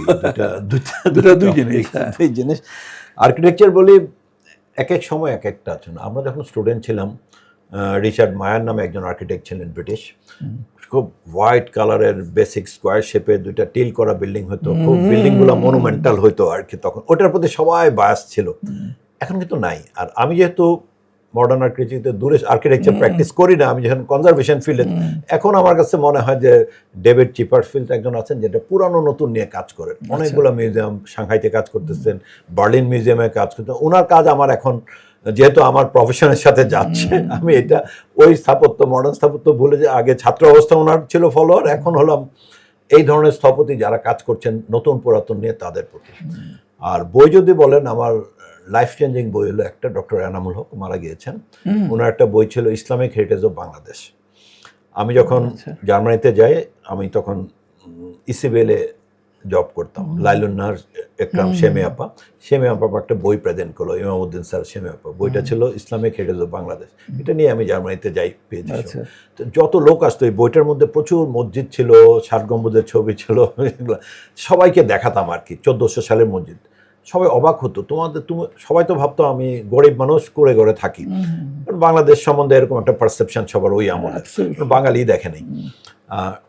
ওই আমলে যখন এই বইগুলো দেখাতাম, ওরা তোমাদের এটা আছে, আইরিশ একটা ছেলে বলে আমার হয়তো একটা ১৮০০ সালে ওয়াল ছাড়া আমার কিছু নাই, আর তোমার এখানে ১৬০০ সালের বিল্ডিং, ১৮০০ সালে।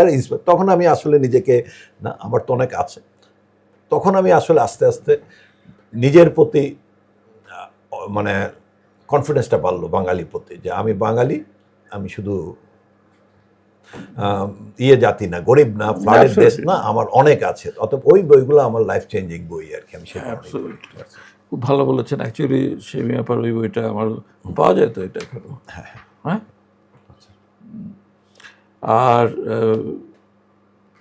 যে আর্কিটেক্টদের কথা বললেন, আমি জানি না যারা দেখছেন ইয়াঙ্গার আর্কিটেক্ট কিংবা যারা শুনছেন, তবে এখনকার ছেলেপেলেরা কেন যেন, আমাদেরই দোষ এটা আর কি।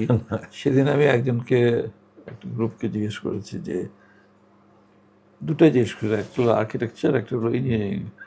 যাতে লুইকান কে ছিল বলো তো, উনি কী কাজ করেছেন? বিলিভ মি, ওনারা লুইকানের নামই শোনেননি। লুইকানের নাম থেকে দুঃখজনক কি হইতো, ইনফ্লুয়েন্স কত বেশি আমাদের পানি চলে আসছিল, যে একটা পার্লামেন্ট বিল্ডিং যেটা আমাদের অ্যাটলিস্ট দেখানোর মতো, ছাদ প্লেনের থেকে হলে বড় একটা জিনিস, এর ভিতরে তো আরও ব্লা অনেক কিছু আছে। শামসুল ওয়ারিস স্যার এর আগে এসে বলে গেছেন, নামই জানবে না, সে আর্কিটেক্ট হয়ে গেছে। কাজ তো অনেক দূরের কথা। আর একটা হলো জেনারেশনের সমস্যা, কিন্তু এআই কম্পিউটার বেসড হয়ে এখন রিয়েলিটির থেকে দূরে সরে যাচ্ছে। আর একটা আরও আপনি শকড হবেন, ইঞ্জিনিয়ারিং মানে গ্র্যাজুয়েট ডক্টর জামিলুর রেজা চৌধুরী কী করেছেন বলো তো? নামই শুনে নাই। আপনার ইউনিভার্সিটির যে ভিসি, বাংলাদেশের স্ট্রাকচার, কম্পিউটার, ক্যাড, যা কিছু আছে, শুধু না, বাংলাদেশের কম্পিউটারের সবই আর প্রথম দিকেই তো উনি সেই মানে আমাদের এই জন্য আমি গত 4 এপ্রিল বিটিএ থেকে স্পন্সর করে একটা অনুষ্ঠান করেছি ডক্টর ইরফান খানের জন্মদিন। হ্যাঁ, That's good. অনেকে বললো যে মানে জন্মদিন করার কি হলো এত বছর পরে, আমি কি এখন না, আমি আরো করব আর কি, এটাকে করব। অ্যান্ড রফিক আজম এখানে কিরণ স্পিকার ছিল ওনার আর্কিটেকচার সাইডে, সে একটা কথা খুব ভালো বলেছে, এটা তো গভর্নমেন্টের করার কথা। করা উচিত, বাট গভর্নমেন্টকে কাউকে তো অ্যাপ্রোচ করতে হবে যে এই ব্যক্তিগুলিকে যাতে সারা জীবনের জন্য এক্সপোজ রাখা যায়, তাহলে আমাদের ভবিষ্যৎ প্রজন্মকে একটা সঠিক পথে পরিচালনা, যে ওনাদের লাইফস্টাইল, ওনাদের চিন্তাধারা, আপনার কাছ থেকেই আজকে আমার পুরা অনেক কিছু চেঞ্জ হয়ে গেছে, সত্যি কথা বলতে। ইট ডাজন্ট ম্যাটার, হতে পারি আমরা এক প্রজন্মের, তারপরেও তো একটা না, তা তো ফিলোসফিক্যাল না, এটা তো অ্যাকচুয়ালি আমরা দায়িত্ব হিসেবে নিতে হবে। দায়িত্ব হিসেবে নিতে। আপনি যদি আপনার পূর্বসূরকে ভুলে যান, হ্যাঁ। বিল্ডিং ছাড়া বলতেছে, আমি পূর্বসূর বলছে জামিনুর রেজা, আফার খানকে ভুলে যান, তাহলে আপনি কিসের উপর বেস করে দাঁড়াবেন? বাঙালি হিসেবে কিভাবে আপনি তো আমাকে বারবার ওনাদের কথা স্মরণ করিয়ে দিতে হবে, তাহলে কিন্তু এটা থাকবে, নতুন ভুলে যাবে। Absolutely, absolutely. সো তো ডক্টর আবু সাঈদ, আজকের জন্য আমার মনে হয় যে এখানে শেষ করি। আপনাকে অনেক ধন্যবাদ, আবার দেখা হবে ইনশাআল্লাহ। Building tomorrow with ideas powered by PTI এর আজকের পর্ব এখানেই শেষ। আমরা নেক্সট এপিসোডে আর কাউকে নিয়ে আসবো। সকলের আমন্ত্রণ রইল। ধন্যবাদ। আল্লাহ হাফেজ। ধন্যবাদ।